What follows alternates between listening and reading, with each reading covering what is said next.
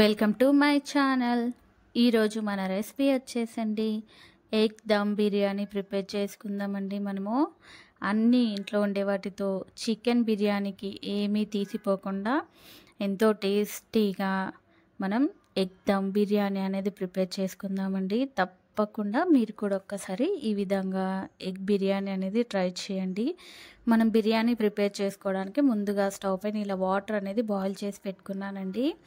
ఇప్పుడు ఆ వాటర్లోనే ఇలా కొన్ని గరం మసాలాలు, ఒక 1.5 టేబుల్ స్పూన్ సాల్ట్ అనేది కూడా యాడ్ చేసుకొని, ఇప్పుడైతే దీంట్లోనే గంట ముందు కడిగి నానబెట్టుకున్న బాస్మతి రైస్ అనేది 2 కప్పులు అనేది యాడ్ చేసుకుంటున్నానండి.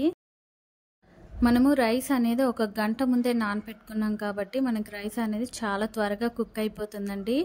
ఇప్పుడు దీంట్లోనే ఒక హాఫ్ లెమన్ జ్యూస్ యాడ్ చేసుకొని, తొక్క కూడా అనేది డైరెక్ట్గా దాంట్లో యాడ్ చేసుకొని ఇదంతా ఒకసారి బాగా ఇలా కలుపుకోవాలండి. ఇలా పూర్తిగా కలుపుకున్నాక మనకు రైస్ అనేది ఒక 5-6 నిమిషాల్లోనే మనకు కుక్ అయిపోతుందండి. మనకి రైస్ అనేది ఒక 80% కుక్ అయితే సరిపోతుందండి. చూడండి, మన రైస్ అనేది కుక్ అయిపోయింది. ఇప్పుడు మనం ఈ రైస్ అనేది స్టెయినర్తో తీసేసుకొని ఒక జల్లి గిన్నెలో అనేది ఆరబెట్టుకుందామండి. రైస్ అనేది ఇలా పూర్తిగా రైస్ అనేది వాటర్లోంచి తీసేసి జల్లి గిన్నెలో ఇలా ఆరబెట్టి పెట్టేసుకుందామండి పక్కన. ఇప్పుడు మనము బిర్యానీ దమ్ చేసుకోవడానికి స్టవ్ పైన ఇలా ఒక మందంపాటి బిర్యానీ గిన్నె అనేది పెట్టేసుకొని దీంట్లో ఒక 4 టేబుల్ స్పూన్ల ఆయిల్ అనేది యాడ్ చేసుకుంటున్నానండి. ఆయిల్ అనేది యాడ్ చేసుకున్నాక ఆయిల్ అనేది వేడెక్కాక ఇప్పుడైతే దీంట్లోనే ఒక 1 టేబుల్ స్పూన్ జీలకర్ర అనేది కూడా యాడ్ చేసుకుందామండి. జీలకర్ర అనేది వేగాక సన్నగా తరుక్కున్న ఆనియన్ ముక్కలు అనేది ఒక 1 కప్ అనేది యాడ్ చేసుకున్నానండి. ఆనియన్ అనేది యాడ్ చేసుకున్నాక ఆనియన్ అనేది ఇలా ఒక 2-3 నిమిషాల పాటు వేయించుకున్నాక ఇప్పుడు దీంట్లోనే ఇలా సన్నగా తరుక్కున్న పచ్చిమిర్చి ముక్కలు కూడా యాడ్ చేసుకొని, అలాగే దీంట్లోనే ఒక 1 టేబుల్ స్పూన్ అల్లం వెల్లుల్లి పేస్ట్ అనేది కూడా యాడ్ చేసుకున్నానండి. అల్లం వెల్లుల్లి పేస్ట్ అనేది కూడా యాడ్ చేసుకున్నాక అల్లం వెల్లుల్లి పేస్ట్ అనేది పచ్చి వాసన పోయే వరకు అనేది ఇలా మనం కలుపుకుంటూనే వేయించుకోవాలండి. ఇలా పూర్తిగా కలుపుకొని వేయించుకున్నాక ఇప్పుడు దీంట్లోనే ఒక 2 టేబుల్ స్పూన్ల కారం అనేది యాడ్ చేసుకుందామండి. అలాగే ఒక 1 టేబుల్ స్పూన్ గరం మసాలా, ఒక 1.5 టేబుల్ స్పూన్ బిర్యానీ మసాలా అనేది కూడా యాడ్ చేసుకున్నానండి. అలాగే దీంట్లోనే మన రుచికి సరిపడా సాల్ట్ అనేది కూడా యాడ్ చేసుకొని మనం ఈ మసాలాలు అనేది ఆనియన్స్కి పట్టేలాగా ఇలా బాగా కలుపుకోవాలండి.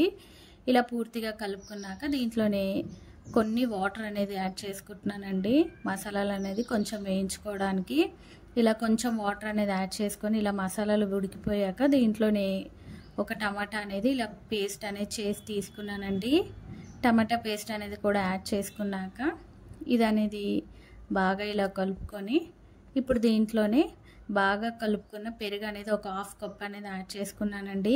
ఇవనేది ఇలా మసాలా అనేది ఒక్కసారి కలుపుకొని మనం మసాలా అనేది నూనె పైకి తేలి చిక్కపడే వరకు అనేది మూత పెట్టి ఉడికించుకోవాలండి.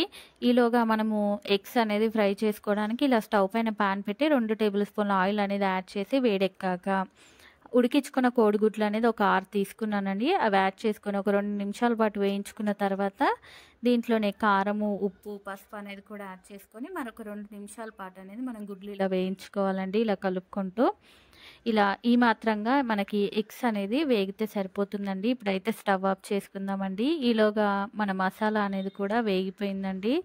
చక్కగా నూనె పైకి తేలి మన మసాలాలు కూడా దగ్గర పడిపోయిందండి. ఇది అనేది ఒకసారి ఇలా కలుపుకొని ఇందాక వేయించుకున్న కోడిగుడ్లు అనేది కూడా దీంట్లో డైరెక్ట్గా ఇలా యాడ్ చేసుకొని, అలాగే దీనిపైన సన్నగా తరుక్కున్న కొత్తిమీర, పుదీనా, కరివేపాకు అనేది కూడా యాడ్ చేసుకుంటున్నానండి.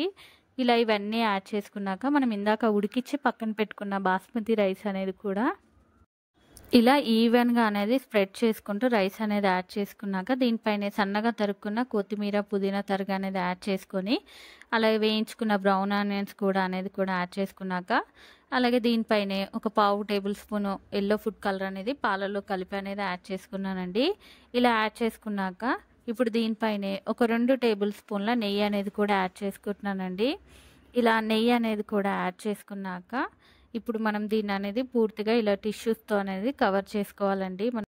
ఇలా పూర్తిగా కవర్ చేసుకున్నాక మనం దీనిపైన ఇప్పుడు మూత అనేది ఇలా పూర్తిగా క్లోజ్ చేసుకొని మన స్టవ్ అనేది మీడియం ఫ్లేమ్లోనే ఉంచుకొని 10 నుంచి 12 నిమిషాల పాటు అనేది మనం బిర్యానీ అనేది దమ్ చేసుకోవాలండి. నేను ఇది బిర్యానీ అనేది దమ్ చేసుకున్నాక స్టవ్ ఆఫ్ చేసి 10 నిమిషాలు ఆగాక ఇలా ఓపెన్ చేసి చూపిస్తున్నానండి. మన బిర్యానీ అయితే రెడీ అయిపోయిందండి. రైస్ అనేది ఎంత చక్కగా కుక్ అయింది చూసారు కదండి. మనం తీసుకున్న ఈ రైస్కి మన మసాలా అనేది కూడా చక్కగా సరిపోతుందండి. మన బిర్యానీ అయితే రెడీ అయిపోయిందండి. ఎంతో టేస్టీగా, సింపుల్‌గా ఇలా అన్నీ ఇంట్లో ఉండే వాటితో మనము అప్పటికప్పుడు ఎగ్ బిర్యానీ అనేది ప్రిపేర్ చేసుకుంటే టేస్ట్ అనేది చాలా బాగుంటుందండి. ఈ బిర్యానీ అనేది మనం చికెన్ బిర్యానీకి ఏమీ తీసిపోదండి. అంత టేస్ట్ ఉంటుందండి. తప్పకుండా మీరు కూడా ఒక్కసారి ఈ విధంగా ఎగ్ దమ్ బిర్యానీ అనేది ట్రై చేసి వేడి వేడిగా మీరు కూడా మీ ఫ్యామిలీతో ఎంజాయ్ చేయండి. ఎలా వచ్చిందో తప్పకుండా నాకు కామెంట్స్ చేయండి. అలాగే ప్లీజ్ మర్చిపోకుండా లైక్ చేయండి. నా మరిన్ని వీడియోస్ కోసం ప్లీజ్ మన ఛానల్ని సబ్స్క్రైబ్ చేయండి, షేర్ చేయండి. Thank you for